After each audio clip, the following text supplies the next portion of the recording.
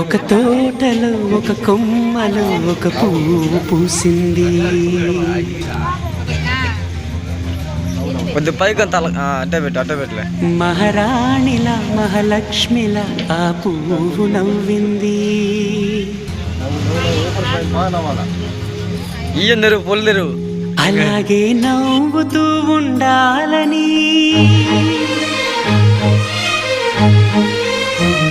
అలాగే నవ్వుతూ ఉండాలని నింగి నేల వాగు వంక చెట్టు చేమ గువగూడు ఆశీర్వదించాయి.